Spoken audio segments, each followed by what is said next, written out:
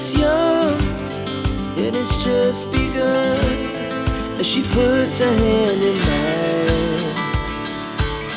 We wanna chase the night, wanna dance to the light, pull the stars from the sky, just two hearts running wild. Never sleep, never stop, as we shout from the top. We're gonna be two hearts running wild.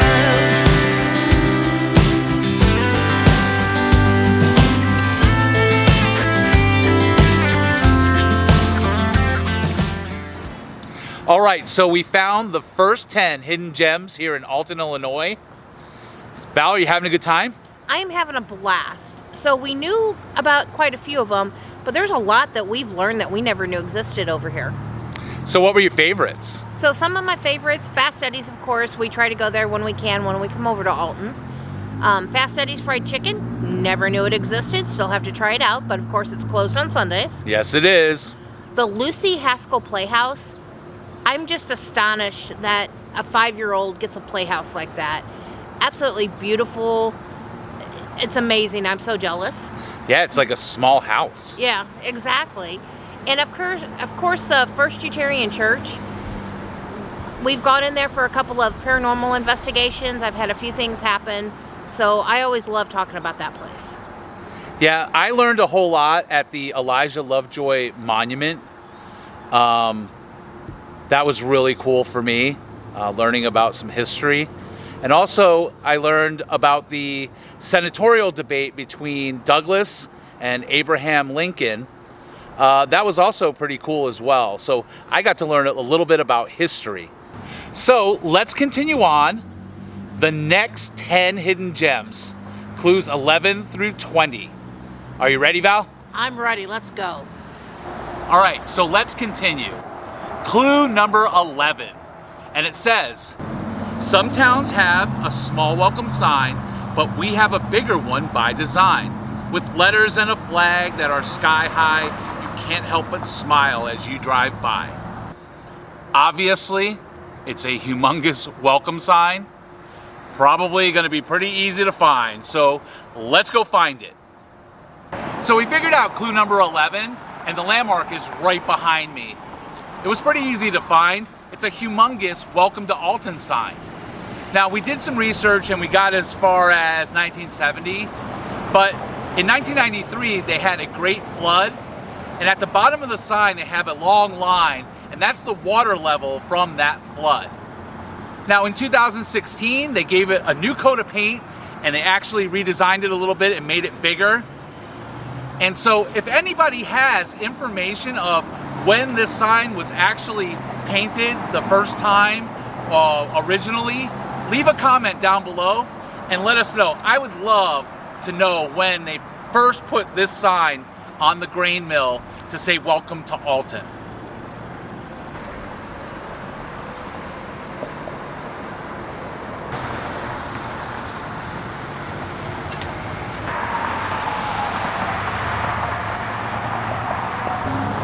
Okay, so on to clue number 12, and this is what it reads. The birth of the cool was born here. He played for Charlie Parker for years. Introduced in the Rock and Roll Hall of Fame, but it was something blue that won acclaim. So what do you think it is, Jay? Well, it's definitely a musician, and I'm not sure how many musicians are from Alton, so we're gonna have to go through a few. So let's jump in the car, figure it out, and head on over to the next landmark. Let's go. So we figured out number 12, and the landmark is right behind me. It's Miles Davis. He was born in 1927 right here in Alton. He was considered to be the most influential jazz musician of the 20th century. He had over 100 records, and he won 9 Grammys.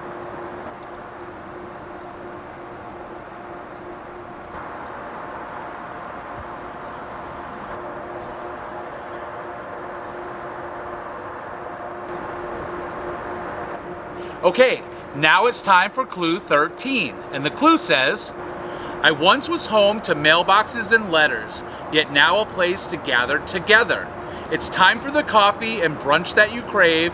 A work of art for all, I have been saved. Any ideas, Val? I'm thinking it's the old post office. Yeah, it sounds like a post office to me too. Let's go find that post office. Okay, so we figured out clue number 13, and the landmark is right behind me. It's the old post office.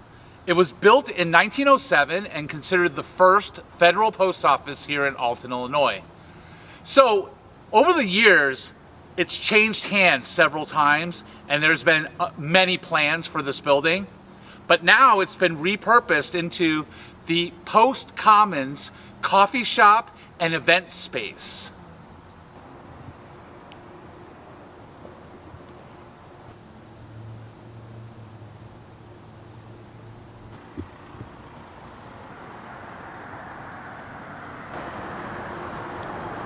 Okay, so we're on to clue number 14, and this is how it reads. This unique building with a corner tower is as brightly painted as a blooming flower.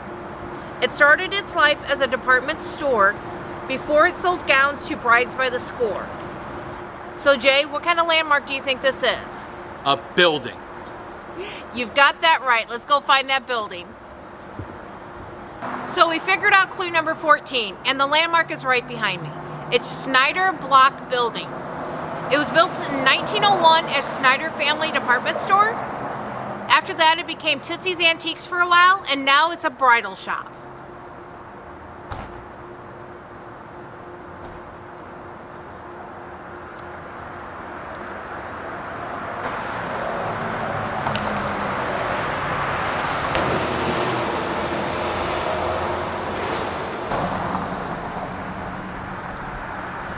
All right, so now we're on to clue 15, and this is what the clue says. Now we're getting to the point, as they say, some cash their checks here on payday. Need something stored under key and lock, just head to the door underneath the great clock. So, do you have any ideas, Val? I think I have an idea. Okay, well, let's get in the car, let's figure it out, and head over to the next landmark. So we figured out clue number 15. It's the Alton Banking and Trust. It's also known as the Wedge Bank. It was built in 1904 for $20,000, and during the Depression in the 30s, it was the only bank to remain open. So as we can see, the building is under construction now, and up at the top there, that huge hole used to be a real beautiful clock. It's now missing, but I hope when they restore the building that they bring the clock back.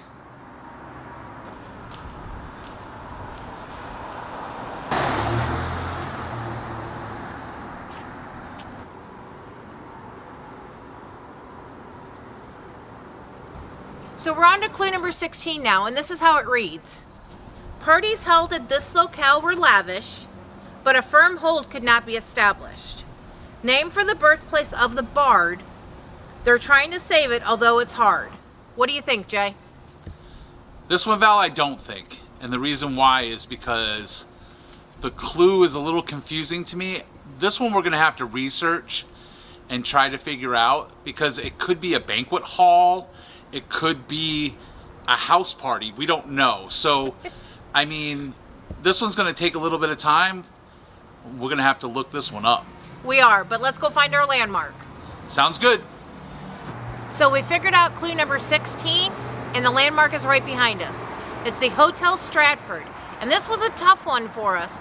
We had to do some real good research, and we found it because of the architecture from the building.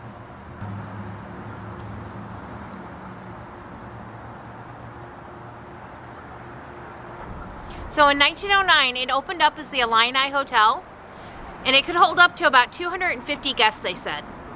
Well, in 1925, because of the owner's love for Shakespeare, it changed to the Hotel Stratford. Yeah, it was based on the play Stratford on Avon. Yep. So, but during the 20s, it really got known for its lavish parties, high society weddings, and social events.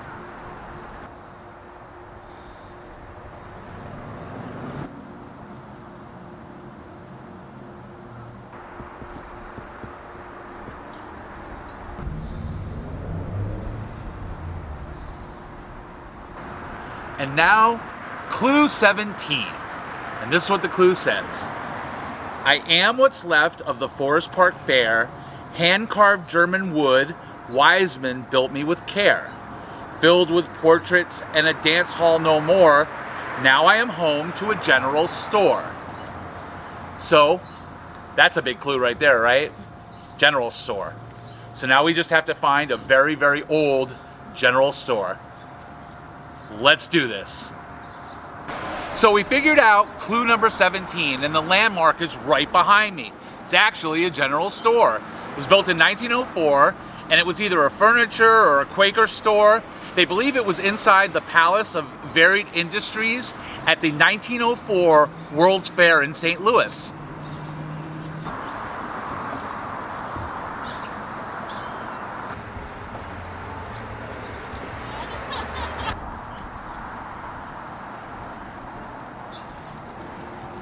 Okay, so we're on to clue number 18 now, and this is how it reads. 4 husbands all alike went insane. Miss Drummond sold me to a man of fame. My bright yellow paint is something to see. You can stay here too. I'm now a B&B. So Val, it's a dice game? It is not a dice game. It's a bed and breakfast, and there's quite a few of them around here in the Alton area, so we're going to have to do some research to figure this one out. Well, let's jump in the car and do that research and figure out where we're going to go next. Let's find that landmark. So we figured out clue number 18, and the landmark is right behind us. It's the Beale Mansion. So it was built in 1903 for Mary Drummond. She was the heiress to the Drummond tobacco family. And in 1908, she had her husband declared insane and put him in an asylum. Well, in 1909, she sold the mansion to Edmund Beale, and it's been Beale Mansion ever since. It's now a bed and breakfast, so you can come stay here.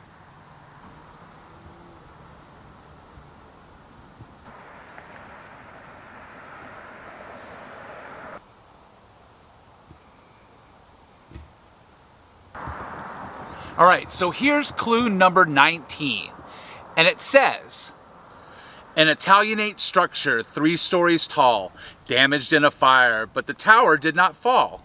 Lovingly restored in several phases, it's on the register of historic places. Val, do you have any clue what this might be? I have no clue on this one, so we're going to have to do some research on this one again. For sure. The only thing that I'm thinking is, from the clue, it's got to be somebody's personal home. But I don't have a clue. I mean, there's thousands of personal homes here in Alton.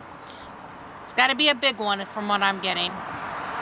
So we figured out clue number 19, and the landmark is right behind me. Now, there was a ton of choices for this one, but we came up with the Henry Watson house. Now, Henry Watson operated 2 quarries and also was one of the owners of the Alton Water Works. Now, he built this house in 1879. It has 13 rooms, a 3-story tower in the front. It also had indoor plumbing and electricity. In 2015, a passerby noticed that the building was on fire, called 911.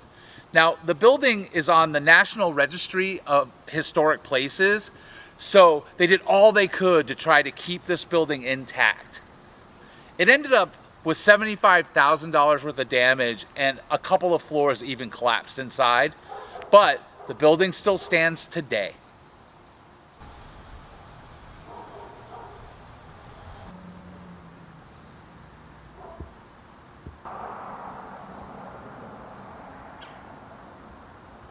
Okay, so on to clue number 20, and this is the last one for Alton.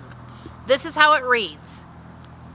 As there are rest stops along the highway, migrating birds stop here on the flyway. Named for a naturalist, world-renowned, the area's hidden gem lies just west of town. What do you think, Jay?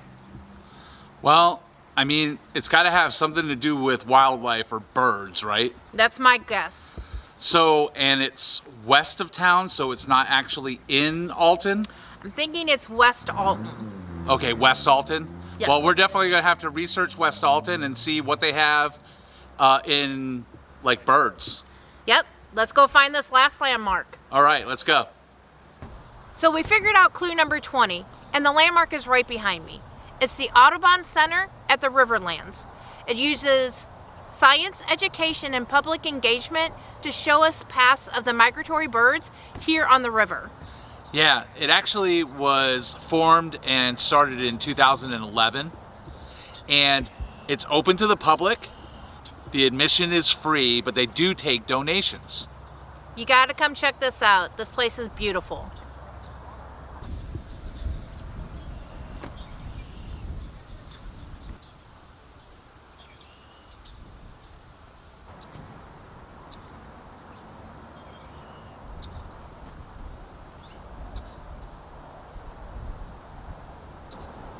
Alrighty, our first city/neighborhood in our quest for 366 hidden gems is over. So Val, did you have a good time? I had a blast. I absolutely loved learning about Alton and all the different hidden gems. I loved learning about the mansions and how they got their names. The restaurants, we've got to go back and try. I'm excited about trying Fast Eddie's fried chicken. Yeah, closed on Sundays.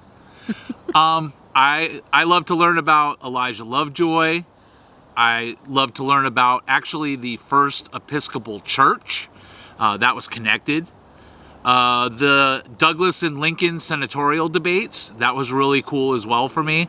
But was the best of all was just figuring out the clues and driving around Alton and just experiencing Alton in a different way. What about you, Val? I really loved doing that. Having to really look at the buildings and search for parts of the building to see if they match up. Yeah, that was really cool.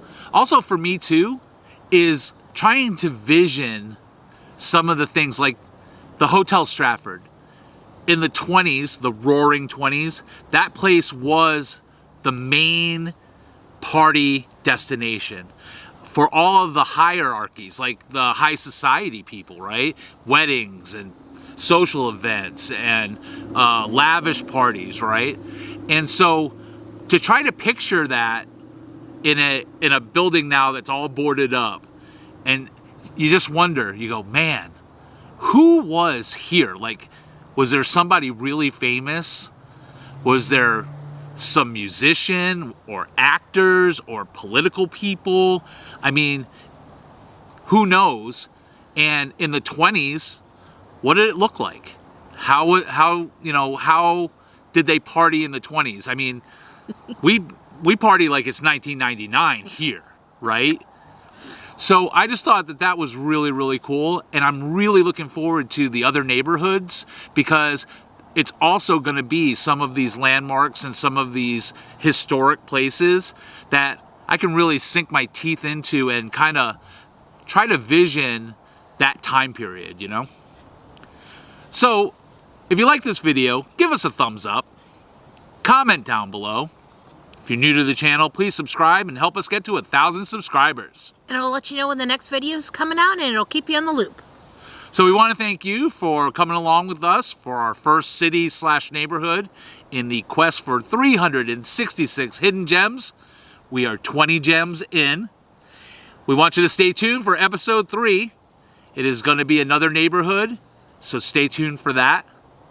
And we just want to thank you for Jay and valing around with us.